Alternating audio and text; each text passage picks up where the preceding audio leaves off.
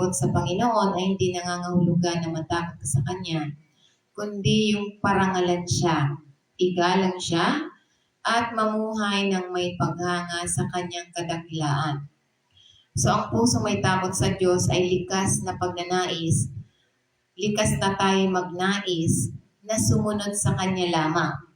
Sapagkat, sinasabi nga niya sa banal na kasulatan, sa Proverbs 9, verse 10, sabi niya rito, "The fear of the Lord is the beginning of wisdom, and knowledge of the Holy Spirit, Holy One is understanding." So, kaya pala tayo dapat matakot dahil ito ang magkakaroon tayo ng karunungan. Dahil ito yung paggalang sa Diyos ay humahantong sa karunungan.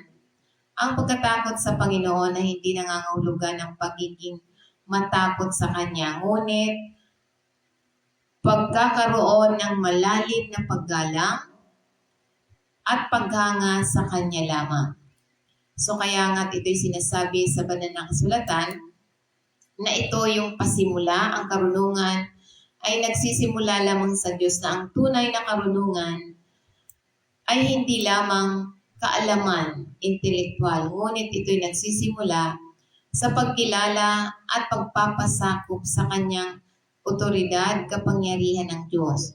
So kaya nga ito yung pagkilala sa Diyos ay nagdudulot ng pangunawa kapag hinahanap natin at kinikilala natin ang Diyos, mas magkakaroon tayo ng pananaw sa buhay, katuwiran at katotohanan.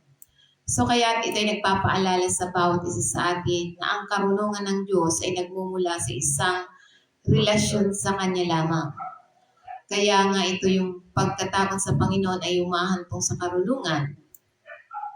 Sapagkat ito yung sinasabi, isipin, nagagawa ka ng isang pangunahing desisyon sa buhay, maging ito man ay paglipat sa karera, o isang pagpipili ang relasyon, o isang pamumuhunan sa pananalapi.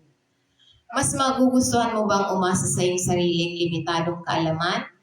O kunin ang banal na karunungan na ginagarantiyahan tayo ng tagumpay mula sa Panginoon? So kaya nga ito yung tunay na karunungan, hindi tungkol sa pagiging pinakamatalinong tao. Ito ay tungkol sa pag-alam kung saan kukuha ng pinakamahusay na patnubay.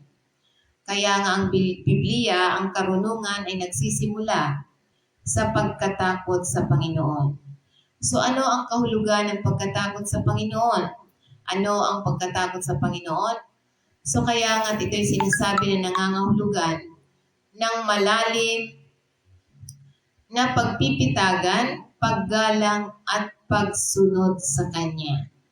So kaya kapag tayo natakot sa Kanya, mayroon tayong panahon para magnilay-nilay, magbulay-bulay, dahil ano ang susundin natin kung wala tayong alam sa Kanyang salita.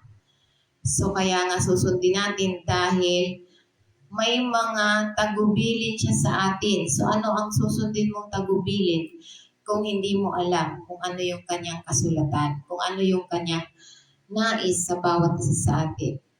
So kaya nga ito'y nangangahulugan ito na pag-iwas sa kasalanan dahil sa mas pinahalaga natin ang ating ugnayan sa Kanya kaysa mga pansamantalang kasiyahan. So kaya nga ito'y sinasabi sa banal na kasulatan, isang halimbawa